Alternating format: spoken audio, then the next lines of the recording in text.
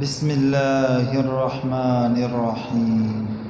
ربنا هب لنا من أزواجنا وذرياتنا قرة أعين واجعلنا للمتقين إماما وأصلح ذات بيننا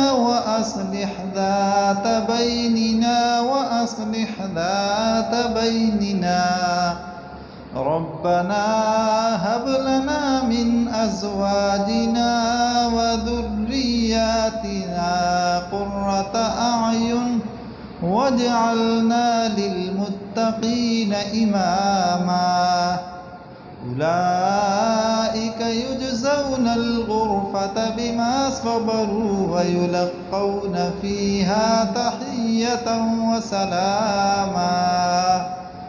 بسم الله الرحمن الرحيم.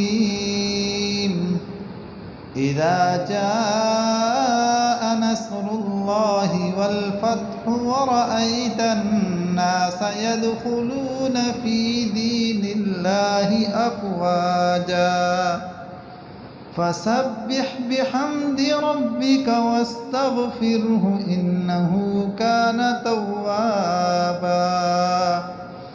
اللهم أصلح أحوال أسرتنا اللهم أصلح أحوال عائلتنا اللهم أصلح ذات بيننا اللهم ألف بين قلوبنا الحب والإيمان اللهم ألف بين قلوب الأسرة حبا وإيمانا اللهم ألف بين قلوب العائلة الاتفاق اللهم اجمع أسرتنا اللهم اجمع عائلتنا اللهم ألف بين قلوبهم وأصلح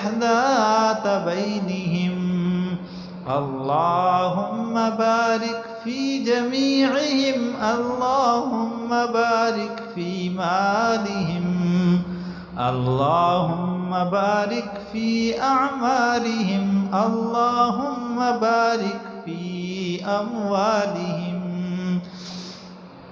اللهم اجعل الحب في قلوبهم اللهم اجعل الحب بين صدورهم اللهم لا تلق فيهم في قلوبهم اللهم لا تلق في قلوبهم الرعب اللهم اجعل مقوية لهؤلاء اللهم قو هؤلاء على الأعداء اللهم اجعلهم كالعمود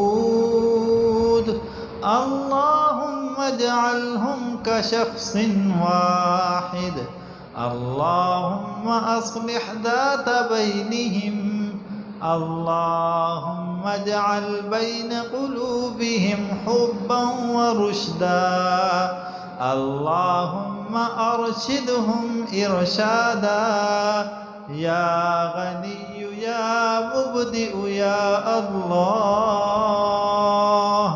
يا رحمن يا رحيم يا ودود يا مجيد يا باعث ربنا هب لنا من أزواجنا وذرياتنا قرة أعين واجعلنا للمتقين إماما اللهم إن قلوبنا ونواصينا وجوارحنا بيدك لم تملكنا منها شيئا فافعل بنا ما أنت أهله ولا تفعل بنا ما نحن أهله إنك أهل التقوى وأهل المغفرة مغفرة.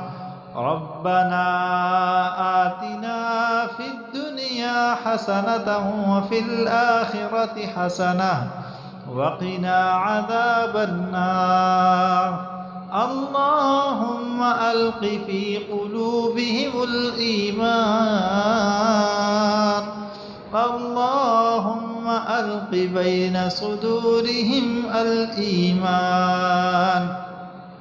اللهم أصلح ذات بينهم. اللهم اجعل الإيمان في قلوبهم ولا تلق فيهم رعب العدو. اللهم ألق في قلوبهم الإيمان. اللهم اجعل الحب بينهم. اللهم اجعلهم كالعود. اللهم فهمهم هذا الدين. اللهم أفهمهم هذا الدين.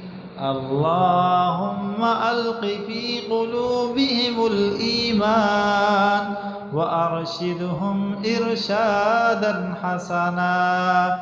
ربنا آتنا في الدنيا حسنة وفي الآخرة حسنة وقنا عذاب النار.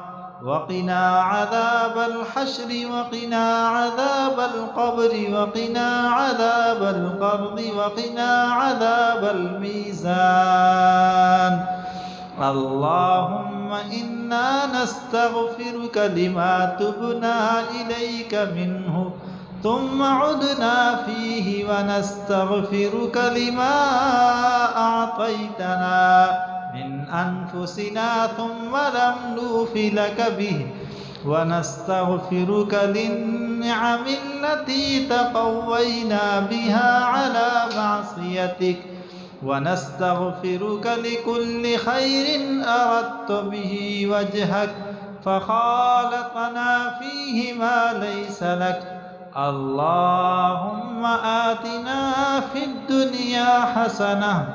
ربنا هب لنا من أزواجنا وذرياتنا قرة أعين واجعلنا للمتقين إماما.